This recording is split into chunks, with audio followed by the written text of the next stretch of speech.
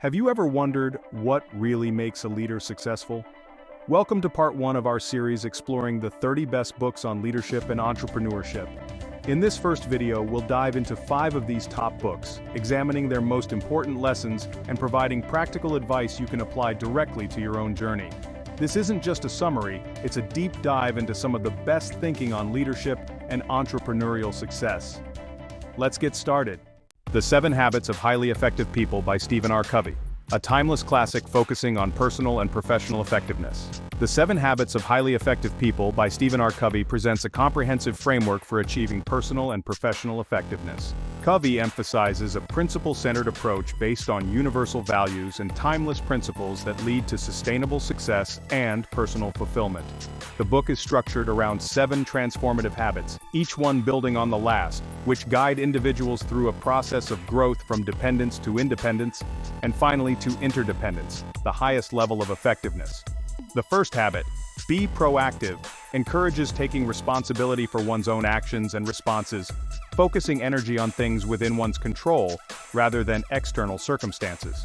By developing this mindset, individuals gain the freedom to choose their responses, rather than being reactive or influenced by external pressures.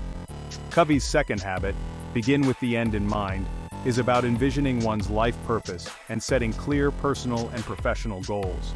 It encourages creating a personal mission statement, which serves as a guide for making decisions that align with one's values and long-term vision. In Put First Things First, the third habit, Covey introduces time management with a focus on prioritizing tasks that align with key goals rather than just responding to urgent matters. This habit emphasizes effective self-management by organizing activities in a way that allows one to make time for meaningful goals rather than just reacting to daily demands. The fourth habit, think win-win, cultivates an abundance mentality where individuals strive for mutually beneficial solutions.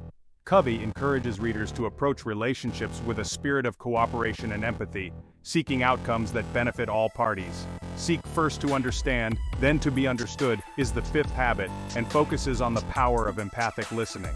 Covey believes understanding others is essential for effective communication and influence. By truly listening first, one can respond in a way that builds trust and rapport. In Synergize, the sixth habit, Covey highlights the value of collaboration. Synergy is achieved when individuals work together in ways that allow them to create results that exceed what any single person could accomplish alone. This habit underscores the importance of celebrating diversity and leveraging different perspectives to achieve innovative solutions. The final habit, Sharpen the Saw, centers on continuous self-renewal across 4 dimensions: physical, mental, emotional, and spiritual. By maintaining balance in these areas, individuals can sustain long-term effectiveness and avoid burnout. This habit emphasizes the need for continuous improvement and lifelong learning as a foundation for personal growth and resilience. Covey's framework empowers readers to transform their lives by developing habits grounded in integrity, empathy, and purpose. By internalizing these 7 habits, individuals can build stronger relationships, achieve personal and professional goals, and lead more balanced, fulfilling lives. The 7 Habits offers practical tools for anyone seeking to enhance their influence, achieve lasting success, and contribute positively to the world. How to Win Friends and Influence People by Dale Carnegie, a foundational book on interpersonal skills and building relationships. How to Win Friends and Influence People by Dale Carnegie is a classic guide to building relationships, improving social skills, and increasing influence. Carnegie's timeless principles are built on empathy, respect, and genuine interest in others, teaching readers how to communicate more effectively, understand human nature, and foster meaningful connections. The book outlines several core principles across 4 main sections, focusing on handling people, making others like you, winning others over, and leading change without creating resentment. Carnegie's first principle is to avoid criticism, condemnation, or complaints. Instead, he suggests understanding the perspectives of others and reframing criticism constructively. He explains that people naturally resist criticism and respond better to encouragement and positive reinforcement. The next principle, showing sincere appreciation, is about acknowledging others' efforts and qualities. Carnegie emphasizes that authentic praise builds trust, motivates others, and creates a positive environment for dialogue and collaboration. One of Carnegie's key ideas is to arouse in others a desire to accomplish shared goals.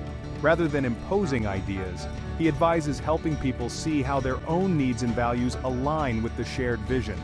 This fosters cooperation and motivation, as people are more committed to projects and ideas they feel personally invested in. Carnegie also stresses the importance of taking a genuine interest in others, encouraging readers to listen actively and ask questions that show empathy and curiosity. These practices help form connections and make others feel valued. The book also highlights the power of remembering names, as it shows people they are important and valued. Carnegie's principle to smile may seem simple, but it serves as a reminder that positive body language can create an inviting atmosphere and make others feel more comfortable. Another fundamental idea is to be a good listener and encourage others to talk about themselves, as people appreciate being heard and understood. In the third section, Carnegie offers principles for persuading others without direct argument. He suggests avoiding direct confrontations, since debates often lead to defensiveness and hard feelings. Instead, he advises seeking areas of agreement, admitting mistakes when appropriate, and encouraging others to express their ideas openly. Carnegie also introduces the principle of letting others feel the idea is theirs, which fosters ownership and enthusiasm toward shared goals. When it comes to influencing others, Carnegie recommends using gentle guidance. Instead of criticizing mistakes, he advocates for indirect suggestions that allow people to save face and feel respected. For example, asking questions rather than giving orders, or using encouragement to reinforce positive behaviors. These techniques make others more receptive to change and foster cooperation. In the final section, Carnegie addresses leadership and how to inspire change without creating resentment. He advocates for highlighting the strengths of others before addressing areas of improvement, providing constructive feedback in a way that motivates growth rather than causing discouragement. Carnegie's praise before criticism technique encourages leaders to build morale and inspire confidence, creating a supportive environment where people feel valued and motivated to improve. Key takeaways. How to Win Friends and Influence People teaches readers how to build trust, communicate with empathy, and increase influence through genuine respect and understanding. Carnegie's principles emphasize kindness, sincerity, and seeing the world from others' perspectives. By fostering positive relationships and creating win-win scenarios, individuals can effectively influence and motivate others while building meaningful, lasting connections. This approach is invaluable in both personal and professional relationships, as it helps people navigate social dynamics, lead effectively, and create environments of mutual respect and cooperation. Leaders Eat Last by Simon Sinek explores the importance of trust and collaboration in effective leadership. Leaders Eat Last by Simon Sinek explores how leaders can inspire trust and loyalty by prioritizing the well-being of their teams. Sinek argues that the most successful organizations are those where leaders create a circle of safety, a supportive environment that protects team members from external threats and internal stressors. By fostering a sense of security and belonging, leaders enable people to take risks, collaborate effectively, and work toward a shared mission with dedication and innovation. Sinek grounds his principles in biology, explaining that humans are wired to seek safety and belonging within social groups.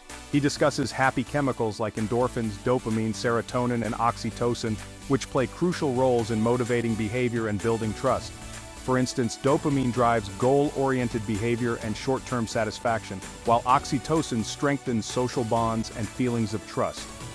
Leaders who understand these chemical motivators can create conditions that encourage positive behaviors and improve team dynamics. A key concept in Sinek's book is that of servant leadership. Inspired by the practice in the U.S. Marine Corps, where leaders eat after their troops, Sinek believes that leaders must put the needs of their team first, even when it involves personal sacrifice. This behavior fosters deep loyalty and respect, as team members feel valued and supported. In contrast, when leaders prioritize their interests or profit over the team's welfare, it erodes trust and creates a culture of fear and self-preservation. Sinek also addresses the dangers of prioritizing short-term gains over long-term stability. He argues that leaders who focus solely on metrics like profit or productivity often create high-stress environments that undermine team morale and stifle creativity. Instead, leaders should emphasize long-term growth and the well-being of employees, which ultimately drives sustainable success. This approach helps organizations retain talent, adapt to change, and maintain resilience in the face of challenges. An essential part of creating a circle of safety is empathy. Sinek explains that leaders must be genuinely empathetic to understand the struggles, fears, and aspirations of their team members. By showing compassion and recognizing individuals' unique contributions, leaders build a culture where people feel seen and appreciated. Empathy is particularly vital in difficult times as it encourages teams to pull together and support one another. Sinek warns against the impact of toxic leadership, where fear and competition are normalized. In such cultures, employees prioritize their survival over the organization's mission, leading to disengagement and high turnover. Instead, leaders should cultivate a workplace where trust and cooperation thrive, allowing people to perform at their best without fear of judgment or punishment. Sinek highlights that building a culture of trust requires consistent effort and integrity. Leaders must lead by example, demonstrating accountability, honesty, and openness in their actions. When leaders show vulnerability, admit mistakes, and take responsibility, they create a safe space where employees feel encouraged to do the same. Key takeaways. In Leaders Eat Last, Simon Sinek emphasizes that great leaders prioritize their team's welfare, foster trust, and create a circle of safety where individuals feel valued and protected. By adopting servant leadership, building trust through empathy, and focusing on long-term growth, leaders can cultivate a positive culture that drives loyalty and performance. Sinek's framework serves as a guide for leaders aiming to inspire commitment, promote well-being, and build resilient, high-performing teams. Good to Great by Jim Collins analyzes why some companies make the leap from good to great and others don't. Good to Great by Jim Collins examines how companies transition from being merely good to achieving sustained greatness. Collins and his research team analyzed numerous companies over 5 years to uncover why some excel and others remain average. The book presents a set of principles, based on these findings, that distinguish truly great companies from those that never reach their full potential. A central concept in Good to Great is Level 5 leadership, which describes leaders who combine personal humility with intense professional will. Level 5 leaders are highly committed to the success of their organization rather than personal gain or recognition. They are often modest yet determined, willing to make hard decisions and put the company's needs above their own, fostering a culture of discipline and resilience. Collins also introduces the first who, then what principle. Great companies focus on hiring the right people before deciding on a specific strategy, as the right team can adapt to any circumstance. By getting the right people on the bus and ensuring they are in the right roles, leaders create a strong foundation for sustainable growth. This approach contrasts with many companies that prioritize strategy first and then try to fit people into that vision. The hedgehog concept is another key element, where companies find their sweet spot by identifying what they can be best at, what drives their economic engine, and what they are deeply passionate about. Successful companies do not pursue every opportunity but instead focus on areas where they can achieve a competitive edge, building a unique identity within the market. Collins stresses the importance of confronting brutal facts, which requires leaders to acknowledge challenges openly without sugarcoating reality. This openness leads to honest assessments, enabling organizations to adapt and improve rather than stagnate or fail. By fostering a culture of transparency, companies can identify weaknesses and make data-informed decisions that promote long-term success. Another vital concept in Good to Great is the flywheel effect. Greatness is achieved through steady, cumulative effort rather than quick fixes. Collins likens this to a flywheel, where small, consistent actions build momentum over time, ultimately leading to breakthroughs. This principle encourages organizations to focus on consistent progress rather than seeking instant results, promoting resilience and endurance. The culture of discipline is also essential, combining disciplined people, thought, and action. Collins argues that a culture of discipline empowers employees to take responsibility and act decisively without excessive oversight. When individuals at all levels are committed to a clear mission and approach their work with discipline, it fosters an environment that supports growth and excellence. Finally, Collins distinguishes between technology as an accelerator rather than a primary driver. Great companies use technology strategically to enhance their strengths rather than relying on it as the basis of success. They integrate technological advancements to support their goals, but are not dependent on them. Key takeaways. Good to Great by Jim Collins provides a roadmap for organizations striving to achieve lasting success. Through Level 5 leadership, disciplined hiring practices, focus on the hedgehog concept, confronting hard truths, and building a culture of discipline, companies can transition from good to great. The flywheel effect encourages perseverance, while strategic use of technology amplifies existing strengths. Collins's principles underscore that greatness is built gradually through disciplined action, effective leadership, and a clear, purpose-driven mission. The Lean Startup by Ries introduces a new approach to business that emphasizes rapid prototyping and learning. The Lean Startup by Ries introduces a methodology for developing products and businesses through rapid iteration, validated learning, and a focus on customer needs. Ries argues that traditional business plans often fail in the fast-paced startup environment. Instead, his lean approach emphasizes adaptability, quick feedback loops, and constant learning, allowing entrepreneurs to create products that truly meet market demand while minimizing wasted resources. A core concept in the book is the build, measure, learn feedback loop. Ries encourages startups to build a minimum viable product, MVP, quickly and inexpensively, containing only essential features. By launching an MVP, startups can gather real-world customer feedback early, allowing them to make data-driven decisions on whether to pivot or persevere. This approach helps avoid lengthy development cycles that may result in a product nobody wants. Validated learning is another key idea in the lean startup model. Rather than assuming what customers want, entrepreneurs are encouraged to test hypotheses about their business idea through experimentation. Each cycle of the feedback loop provides insights into customer behavior and preferences, enabling startups to improve and tailor their products effectively. This process helps companies adapt and reduce risks, as they focus on building a product that genuinely meets customer needs. Ries also introduces the concept of pivoting. If early experiments and data suggest the original idea is not viable, a startup should pivot or change direction based on insights gained. This pivot can range from a minor feature adjustment to a complete overhaul of the business model. By pivoting quickly in response to real data, companies can adapt to the market without exhausting resources on ineffective strategies. Metrics play a crucial role in the lean startup approach, but Ries warns against vanity metrics, which may show impressive numbers but lack real insight into business health or growth. Instead, he advocates for actionable metrics that directly reflect customer engagement and product-market fit. These metrics enable startups to assess progress objectively and make decisions that foster sustainable growth. The Lean Startup methodology also emphasizes a continuous deployment approach where updates and improvements are made incrementally. This allows for ongoing testing and feedback, further refining the product to meet market needs. Ries compares this approach to lean manufacturing and production industries, where efficiency and constant improvement are prioritized. Ries's lean principles are not limited to startups. Established companies can also benefit by adopting a culture of innovation and agility. By embracing experimentation and focusing on customer feedback, larger organizations can foster a startup mindset that allows them to innovate quickly and respond to changing markets. One of the book's guiding philosophies is to treat startup management as a science, where even disruptive ideas are developed with rigorous testing and learning.